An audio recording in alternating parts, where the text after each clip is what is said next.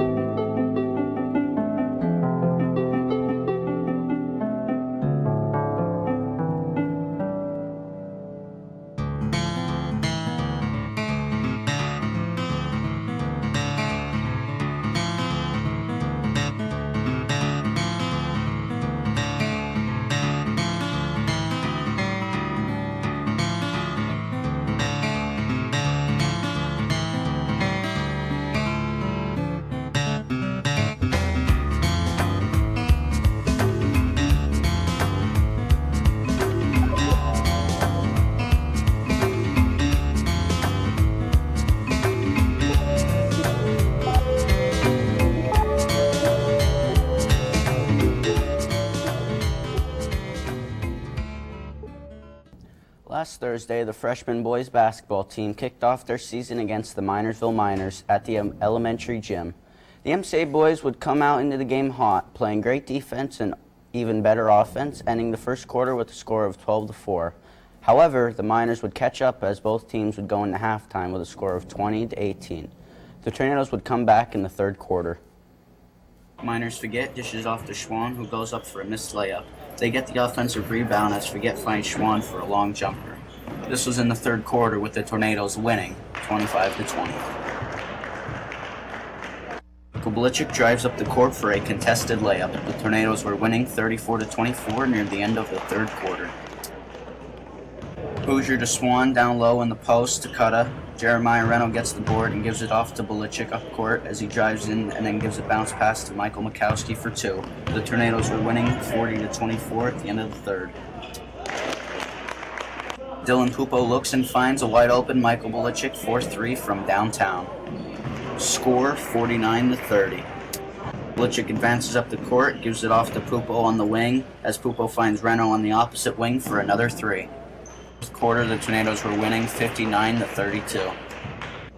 Mikowski sinks a rim bouncer at the charity strike. The Tornadoes were winning 60-33. Julian Steller takes a dribble, bounce passes for an assist to Bryson Sauerbeer for three. Final score of this game was 63-33.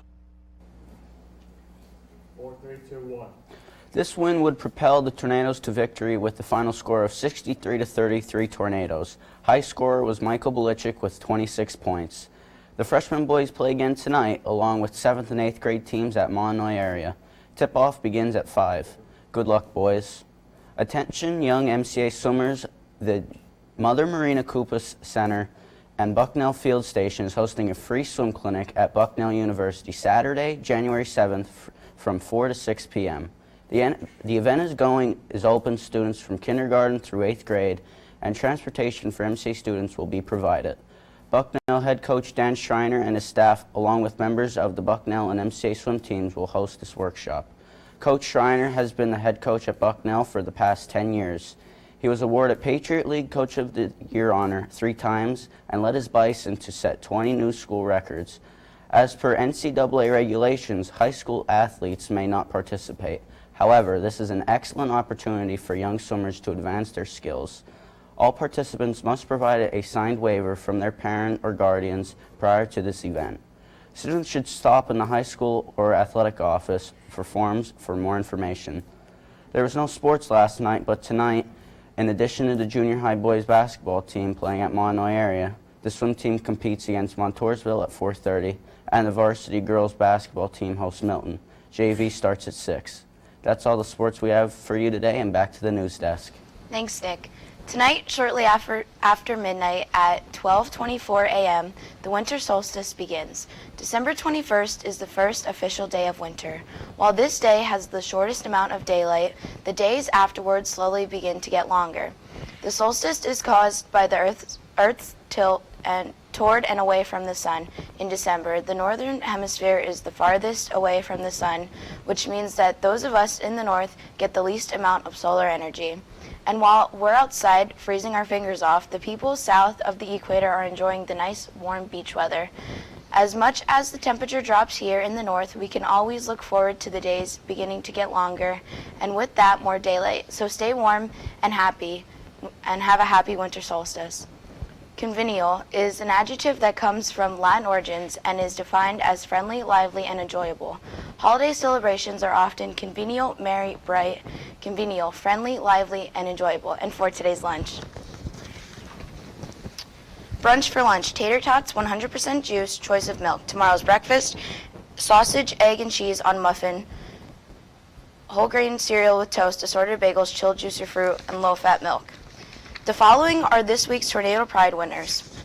7th and 8th grade, Juliana Demetrius, Shyla Lynn Carpenter, Chase Fishburne, Vincent Keller, Sean Sheptalk.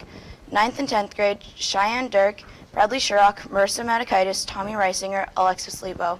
11th and 12th grade, Stephen Wolfgang, Adam Weisinger, Vinnie Engelbrett, Kyle McFadden, and Walter Kinalski. All the winners will enjoy a holiday breakfast tomorrow in Mr. Dinsky's room.